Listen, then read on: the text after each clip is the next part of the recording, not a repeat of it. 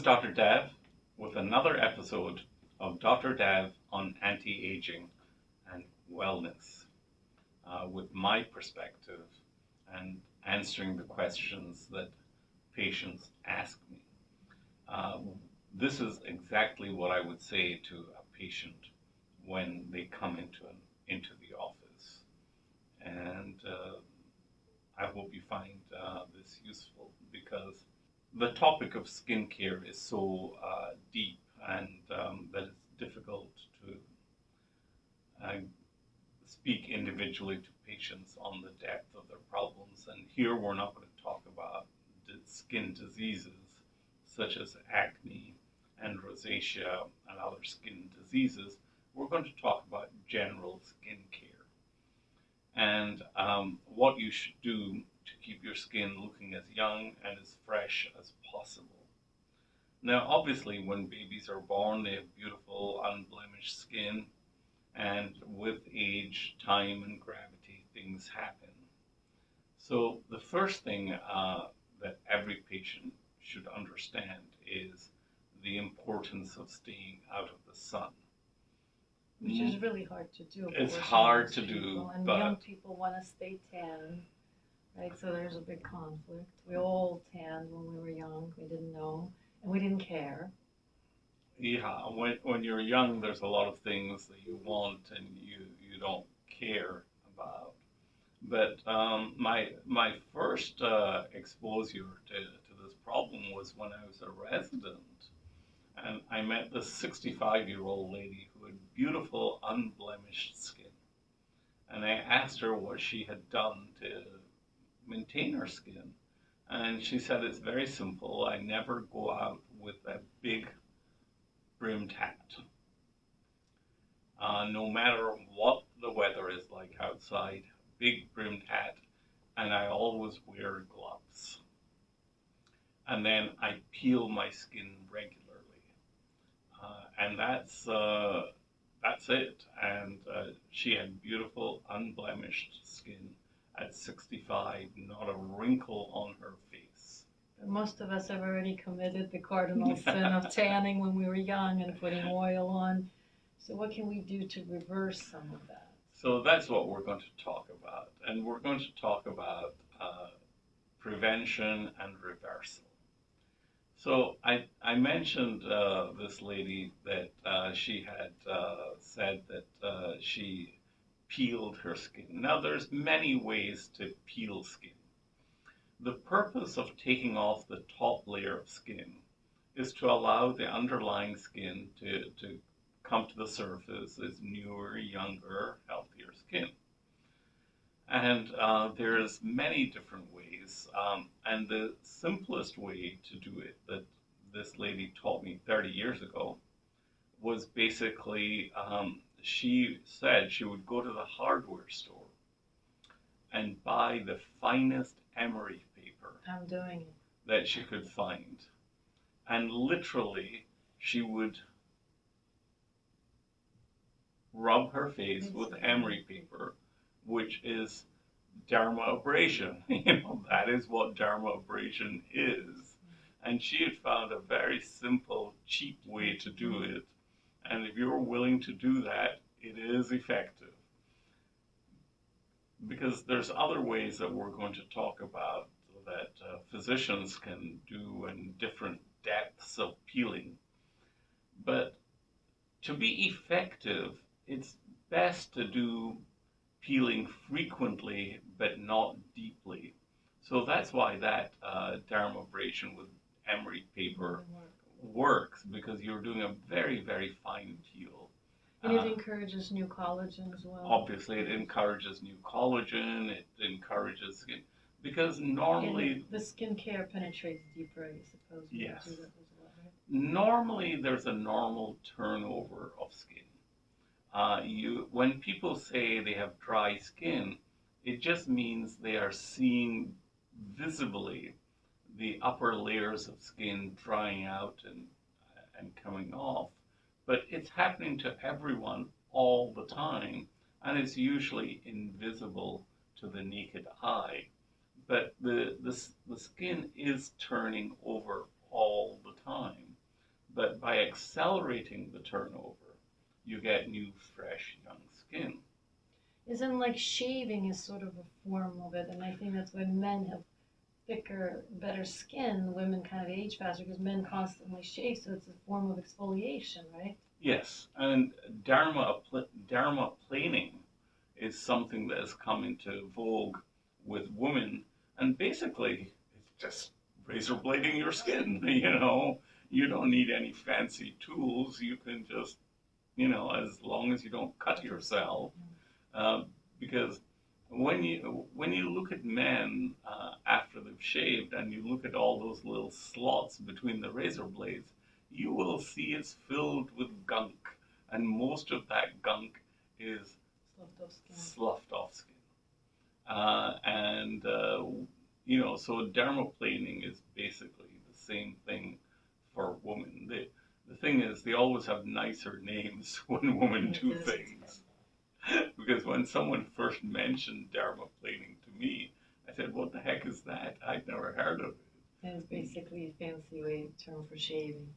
Yeah.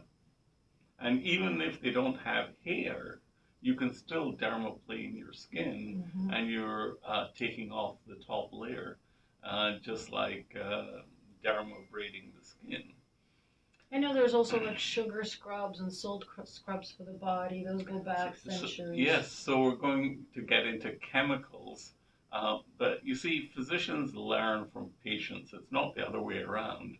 So microdermabrasion came into vogue, and basically it's sandblasting of the skin with particles of essentially sand, silica, which is essentially sand.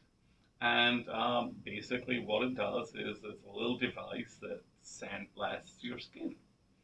And that was very popular for a while. But to go to a spa and have microdermabrasion done, you're not really going to see any visible results. Like with all these mini peels, you're not going to see visible results immediately, but over the long term, done repeatedly and sequentially, it will improve the quality of your skin. So the first chemical peels that physicians started doing had actually been done by lay people in Florida, and they used phenol, which is a chemical, and it causes coagulation of the skin surface, and then the skin peels off. Now, the problem with phenol is if you left it on too long, it could cause basically a caustic burn. So phenol peels, although highly effective when used by skilled and trained people, can be potentially dangerous in the hands of people who are not skilled.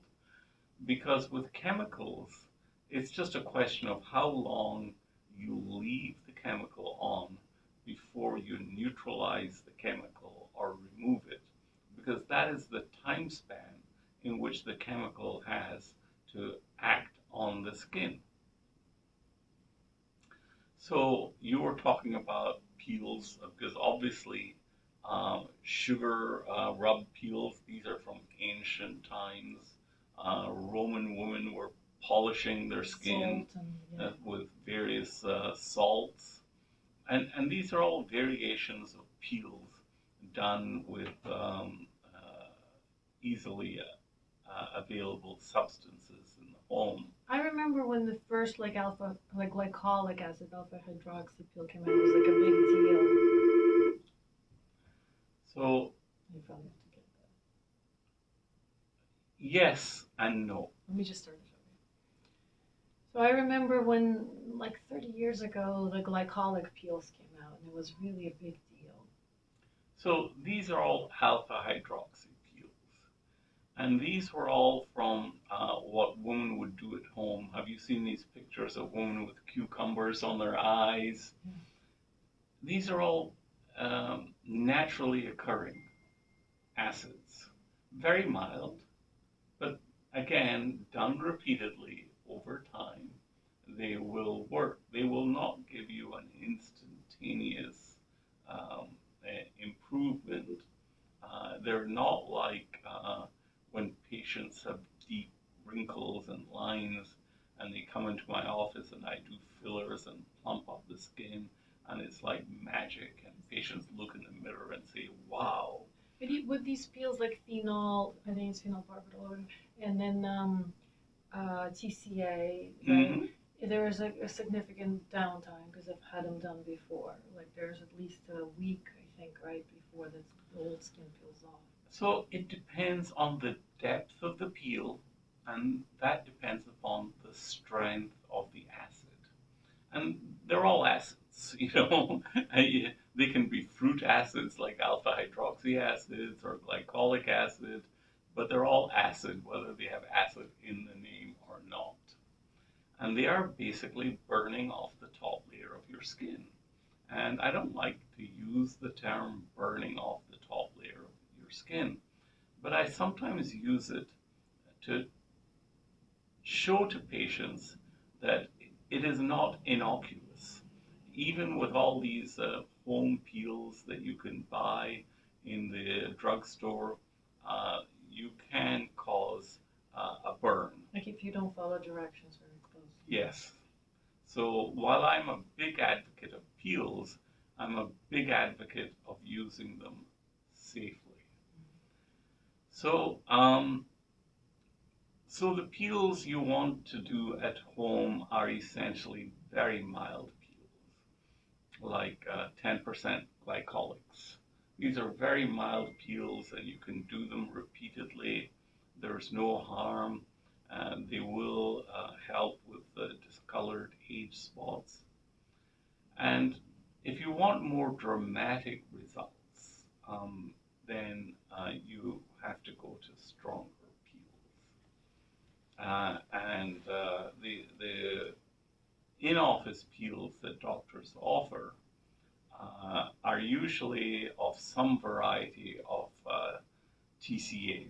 TCA stands for trichloroacetic acid.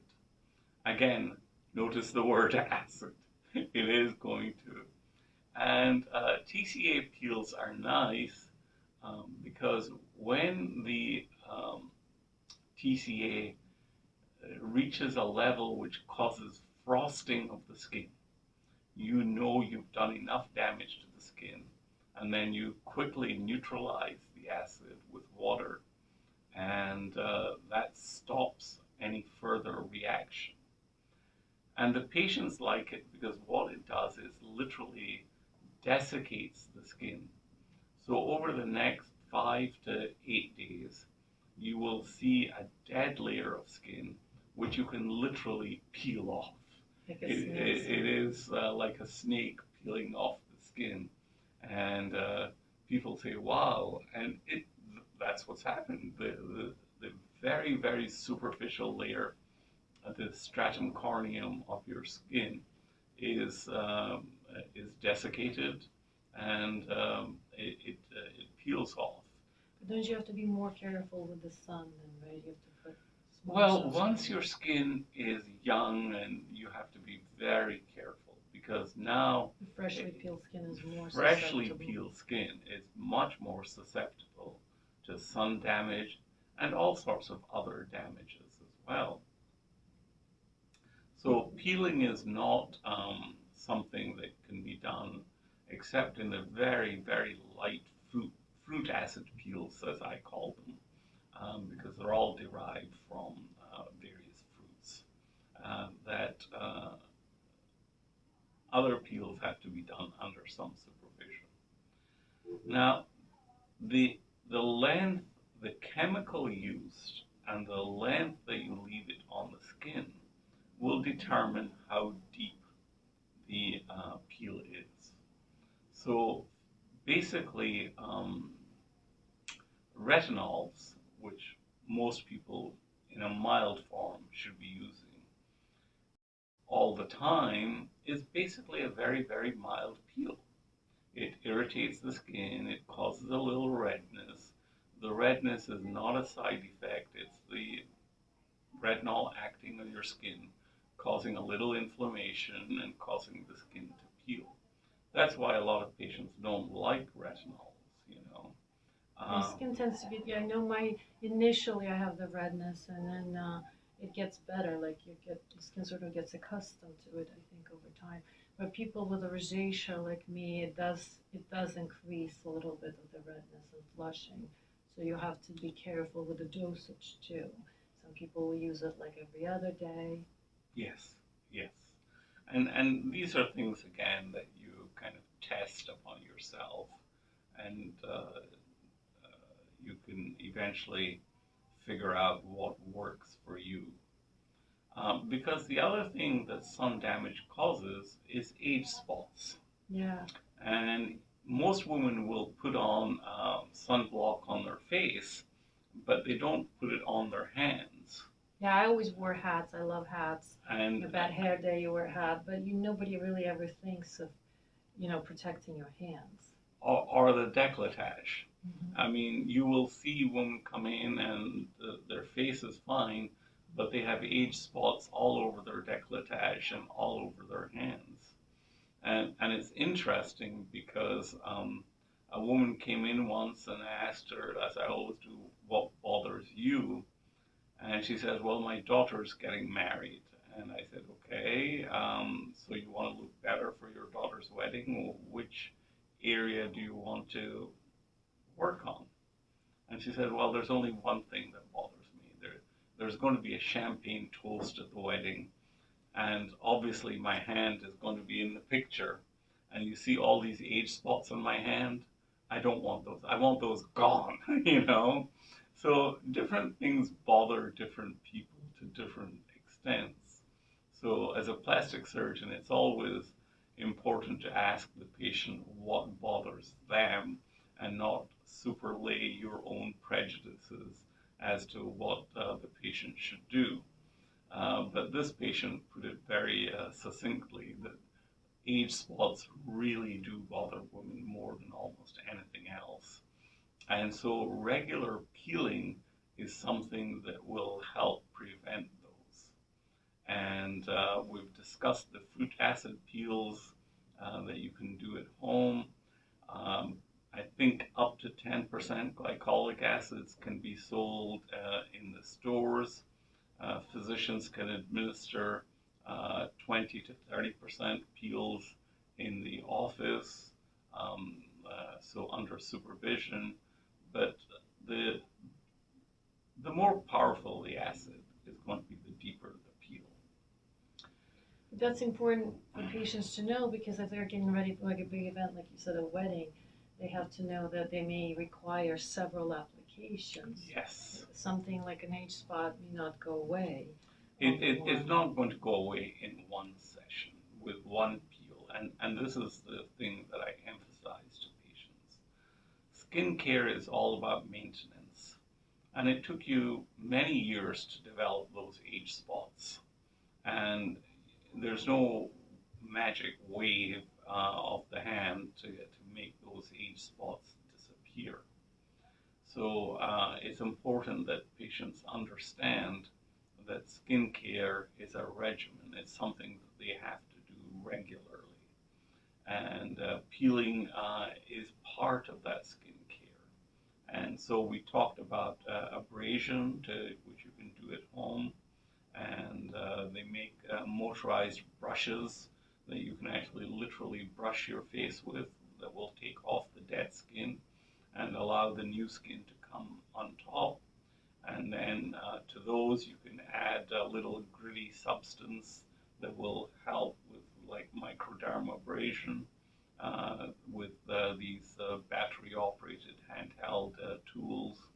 And you can use them on your hands. People think they're all only for their faces, but there's no reason to do your hands or even your chest area. So so when the peels are done in the office, the peel has to be stopped by putting on a neutralizing agent, so that the acid does not continue to penetrate the skin. Once the physician feels that it's achieved the depth of peel he wanted or she wanted, she will neutralize the peel, and that is, and then give the patient instructions in post-op care, because now your skin has been injured, and make no doubt about it, it is an injury to the skin to put acid on it. And so it has to be taken care of, and with moisturizers and sunblock from the skin, so that you don't injure the skin. So this is the different types of peels that you can do in office or at home, or if you buy it from the drugstore. If you buy it from the drugstore, buy from a reputable company. So the ingredients, the active agents that they say are on the label is what is on the in the bottle.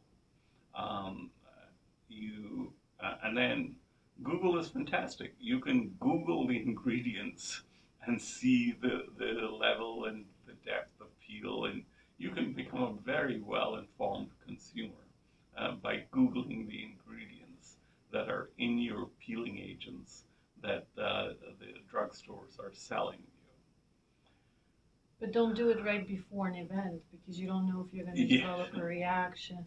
I know people do that. They're like, oh, I have this birthday party or some event to go to, so 2 days before I'm going to do a peel. And of course, that's a disaster, because different people, it sloughs off differently, right? Yes. Maybe not a good idea. But almost any beauty treatment, you should plan at least a week to give the skin a rest for a week before you any big event. That's very good advice, whether it's Botox or fillers or peels or lasers or anything. You have to let the skin recover. So now there are some newer generations of peels which are self-neutralizing. And Victoria has been having a series of these on her hands. Yeah, I have a lot of spots on my hands. It's because I did exactly what you said. I wore a hat that protected me. I wore sunscreen. I always wore makeup, so my face kind of was protected from the sun, but I never really thought of the hands. And now it's really bothering me because I feel like I've got a lot of spots on my hands. Well, they're much less than when we started. Yes. I mean, and the thing about these peels is just keep doing it often. And I've stopped them for the summer because I know I'd be out a lot. I did put sunscreen on, but as the fall approaches, now that I won't be in the sun and the pool and the ocean, I think I want to go back to try to get rid of some of these spots. so the self-neutralizing peels are excellent because it's like paint and go. So basically, they will neutralize themselves at the appropriate time. And we've been using a self-neutralizing peel on Victoria, and it's so simple to do. And here we go. Let me show you. If you just take off your rings, so that because again, it is still an acid, and it will reveal if the gold is really not gold. So, yeah, That's one way to do it. that's one way to do it. So this is a self-neutralizing peel, and we just literally paint it on. And I've had like TCE peels before, they burn. What I love about this one, it doesn't really hurt at all. And you barely notice the skin sloughing off after 7 days, and that's basically all there is to a self-neutralizing peel.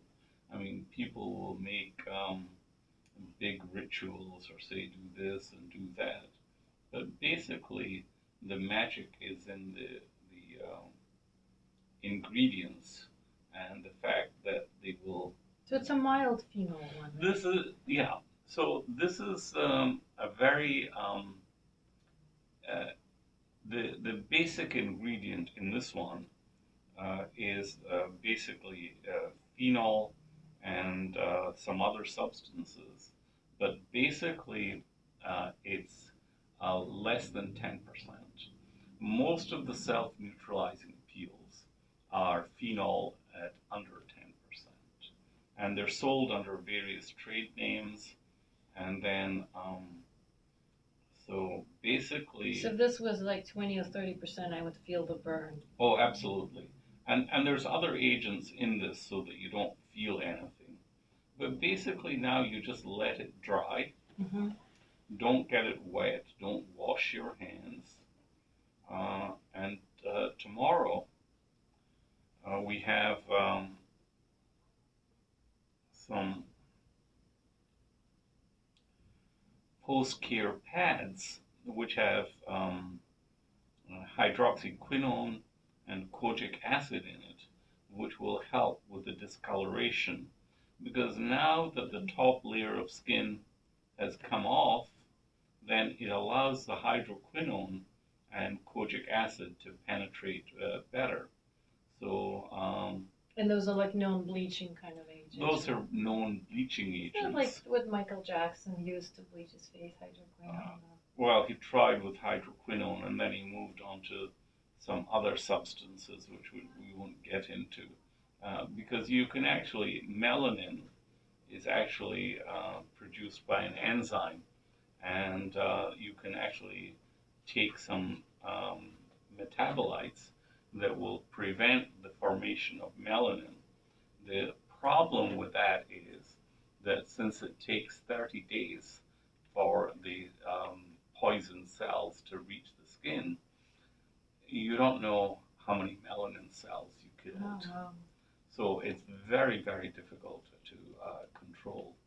So if you just reach there, so this particular peeling agent is called Glotite, and these are the Glotite post-peel pads, and they have in them the kojic acid and the hydroquinone. Vitamin C, some retinoids, and hydrocortisone. So. Yes, the hydrocortisone is in there to calm the skin, because obviously the skin has been injured. So there's different varieties of peels.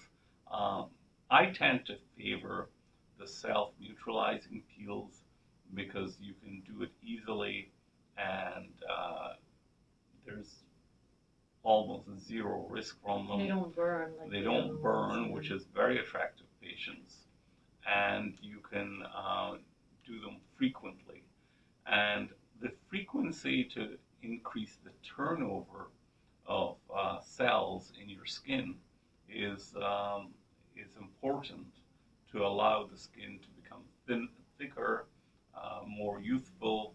And the thing is that we have stem cells all over our body. We may call them in the skin, we may call them basal cell layers, but really they are replicating and producing new skin cells all the time. So this is how skin replenishes itself, because it's dying all the time and renewing all the time. It's just not visibly so. So thanks for sharing your time with us and to learn about my views on anti-aging and wellness, because looking good is part of wellness. I mean, every patient will tell you when they look good, they feel better. And what is better than for wellness than looking good and feeling better? So this is really what plastic surgery is about. It's about letting patients feel better by looking better. So that's really how my interest in anti-aging and came to be, and why I started doing this series of videos. Because patients will always ask, okay, what else can I do to look better, feel better, age more gracefully? So anti-aging became a very hot topic. And this is really a new era in medicine with the discovery of the fact that the hunger impulse is controlled hormonally by the SGP1 inhibitors. And now that we have semaglutide and similars, people don't feel hungry. If they don't feel hungry, they don't eat, they feel full, and they lose weight. And the reason that all the prior generation of advice, eat this and eat that, was all wrong, the answer is simply eat less. So when people would say to me, what do I need to eat to lose weight? The answer is quite simple, nothing. Unfortunately, that's very difficult to do when you feel hungry, right? So we are going to live much, much longer. It's estimated that this new generation of hormone discovery, much like the discovery of insulin, where in the 1920s, when patients would die in their 20s or 30s, because of they didn't have insulin in their body and their pancreas wasn't producing insulin. So with the discovery of insulin, patients began to lead normal, healthy, long lives as opposed to dying in their 20s and 30s. And we're talking about type 1 diabetes here, not type 2. But type 2 diabetes also has a huge effect. And with the discovery of these new medications, that's why diet remains the central core of aging gracefully and keeping your body in shape. And while I still do liposuction, it is primarily for disproportion. It should never have been used as a weight loss operation. It's primarily for disproportion. But now that you're living longer, your skin is going to be around for longer to age as well. So take these tips and start taking care of your skin with a regular peeling regimen. I'm buying Emery board. Well, it's the cheapest Just carry it around. of renewing your skin. And we need to just sell Dr. Dev's Emery board. Well, the Emery board that comes with nails to file down your nails. That's narrow. We need nice and wide so people could do large areas. That's the next thing. Go to the hardware store. The finest emery paper that you can buy, because then you can actually bend it around your finger and just interesting. Use it. Or I think we should repurpose it and sell it as a new tool. It's a new tool. Thank you very much for watching. Hope to see you again soon on another episode of Dr. Dev, a plastic surgeon's perspective on aging and wellness. Thank you.